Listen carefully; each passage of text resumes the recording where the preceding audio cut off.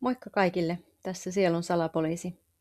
Ajattelin, että me tehdään tällä kertaa jotain vähän erilaista, eli tarot-tulkinta tässä videolla. Mä näytän teille yhden tulkintatyypin, joka on tällainen 5 kortin pöytä. Eli tehdään tämä ihan livenä tässä.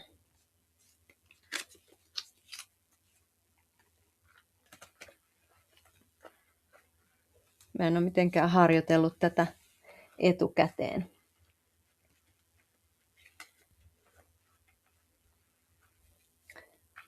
Mulla on tässä tämä Rider-Waite-pakka ja sekoitan nämä kortit.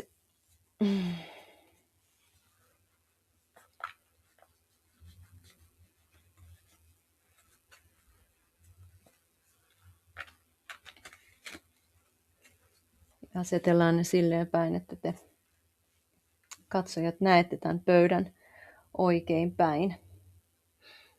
Eli tämän pöydän nimi on Viisas neuvo ja siihen asetellaan 5 korttia.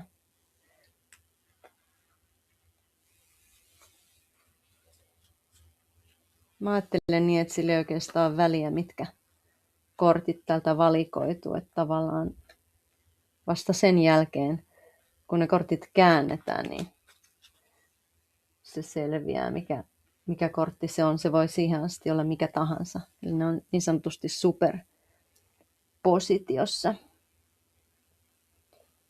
Siirretään näitä hieman sille, että näkyisi jokainen näistä korteista. Toivottavasti tämä on nyt sille, että te näette. Joo, eli mä kysyn tässä ihan oman elämäntilanteeseeni neuvoa näiltä korteilta ihan tosissani. Ja mun elämäntilanne on sellainen, että mä haluaisin nyt neuvoja mun raha-asioihin, työasioihin liittyen. Eli mun taloudellinen tilanne, työtilanne on kysymys, johon mä haluan vastauksia. Mä en ajattele, että tarot on mitään ennustamista, vaan tässä kysytään sun alitajunnalta kysymyksiä ja se opastaa sua eteenpäin. Ja kullakin kortilla on omat viestinsä, mitä ne haluaa meille kertoa. Joo, eli tässä ensimmäinen kortti tässä viisaassa neuvossa on tämä, ja se kuvastaa sitä kyseistä ongelmaa. Eli käännetään se ensin ja tarkastellaan meidän ongelmaa.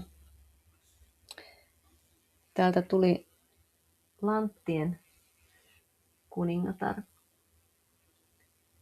Ja tämä onkin aika hyvä kortti kuvaamaan tätä mun ongelmaa, koska tämä Lanttien kuningatar on selvästi vauras nainen. Ja mä tässä mietin omaa vaurastumistani.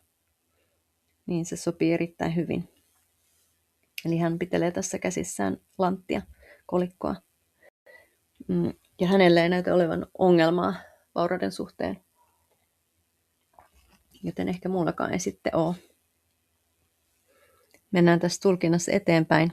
Lopuksi voidaan vielä yhdistää nämä kortit tavallaan kokonaisuudeksi. Mutta käsitellään ensin yksi kerrallaan. Seuraava kortti on päämäärä.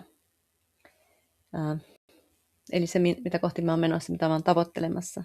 Ja toki tässä tämän asian suhteen mä olisin tavoittelemassa taloudellista vaurautta, vakaata työtilannetta. Katsotaan, mitä täältä tulee.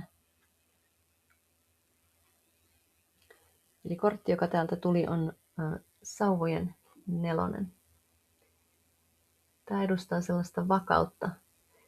4 sauvaa takaa vakaan perustan, jonka päälle voi rakentaa. Ja tässä juhlitaan tässä kortissa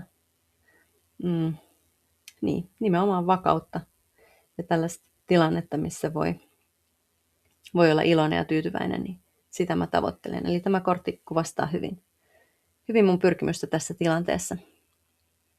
Ja tosiaan mä en ole valinnut näitä kortteja etukäteen, pakka on sekoitettu ja sieltä tulee satunnaiset kortit, mutta silti ne jotenkin aina asettuu kohdille ja kertoo just siitä, mistä pitääkin. No sitten kortti numero 3 kuvastaa asioita, josta mä oon nyt valmis luopumaan tai josta mun pitäisi luopua, että mä pääsisin tähän päämäärään. Joten katsotaan, mitä se antaa meille. Kortti, joka täältä tuli, on miekkojen lähetti. Miekkojen lähetti on varmaan tällainen soitellen sotaan lähtevä nuori kaveri, jolla on intoa, mutta ei ehkä niin paljon taitoa.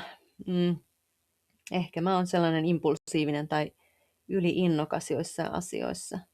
Nämä miekat edustaa järkeä, että ehkä se niinku järjellä tekeminen ja liika ajattelu on tällaista satunnaista miekalla huitomista sinne sun tänne, mutta tässä lopettaa se ja keskittyä sitten toisenlaisiin asioihin, että mä voisin saavuttaa tätä taloudellista menestystä, jota mä oon tavoittelemassa. Joo, tämä oli mielenkiintoinen näkökulma. Sitten mennään seuraavaan korttiin. Tämä 4. kortti kertoo, mille asioille olisi hyvä olla vastaanottavainen tai mitä kaipaisi elämään ja mikä sitten auttaisi saavuttamaan nämä tavoitteet. Ja katsotaan, mitä täältä tulee. Tämä kortti on miekkojen 4. Se edustaa tällaista lepoa ja meditaatiota. Joo, mä oon käsitellyt tätä korttia aiemminkin lyhyesti siinä yhdellä elementtivideolla. Ja sitten se on myös mielenkiintoista, että tässä on 2 nelosta. Se pitää aina huomioida, jos 2 kortissa on sama numero. Joo, eli mun pitäisi olla vastaanottavaisempi tällaiselle lepäämiselle ja paikallaan ololle, mitä mä en selvästikään ollut. Mä ajattelin, että mun pitää hirveästi huitoa joka suuntaan ja yrittää hakea erilaisia työtilaisuuksia ja mahdollisuuksia ja ratsastaa niiden luo ja jahdata niitä, mutta ehkä mun pitäisi enemmän sitten vaan olla paikallaan vastaanottamassa, levätä, antaa mun mielen levätä ja meditoida. Joo, tämä oli tosi mielenkiintoinen näkökulma. Sitten tässä 5 kortin pöydässä on jäljellä enää tämä vikakortti. Ja tämä edustaa viisasta neuvoa tässä mun tilanteessa kysymyksessä, eli nämä työ- ja raha-asiat, mikä on mun alitajunnan viisas neuvo mulle niihin. Jännä nähdä nyt, mitä täältä tulee. Joo, tämä onkin jännä. Täältä tuli narri. Tämä on ison arkanan kortti. Ainoa näistä tässä luennassa. Narri on itse asiassa tarotkorteista ikään kuin ensimmäinen ja viimeinen. Se numero on 0. Ja se edustaa tällaista asennetta, että lähdetään vaan seikkailemaan. Ei se väliä, jos hyppää jyrkänteeltä alas. Elämä on jännittävää. Ja uskaltaa tehdä asioita vapaasti. Ei tarvitse miettiä seurauksia. Eli narrin matka aloittaa tämän niin kuin tarotpakan. Ja sitten jokainen kortti edistää sitä matkaa. Niin tässä matkan alussa saa olla huoleton. Joku sellainen viesti tässä nyt tulee läpi selvästi. Toi narrin energia on tuollaista huoletonta ja seikkailevaa. Se on sitten näemmä universumin ja mun alitajunnan neuvo mulle tässä mun taloudellisessa tilanteessa. En mä tiedä, uskallanko mä nyt hypätä vaan tuosta noin vaan jyrkänteeltä alas, vaikka mulle näin neuvotaan, mutta tällaista tietoa nämä kortit nyt kuitenkin antaa.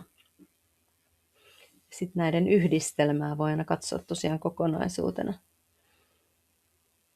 Tässä on aika paljon keltaista väriä tässä luennassa. Sekin saattaa viestittää jotain. Ja tosiaan korttipakka on kuvitettu tällä narrin kuvalla, koska se on näistä korteista ensimmäinen. Joo, eli mun tehtävä on nyt ilmeisesti lähteä narrin matkalle, aloittaa seikkailu ja uskaltaa ottaa riskejä. Eli hän ei välitä, vaikka jyrkänteen reuna tulisi vastaan.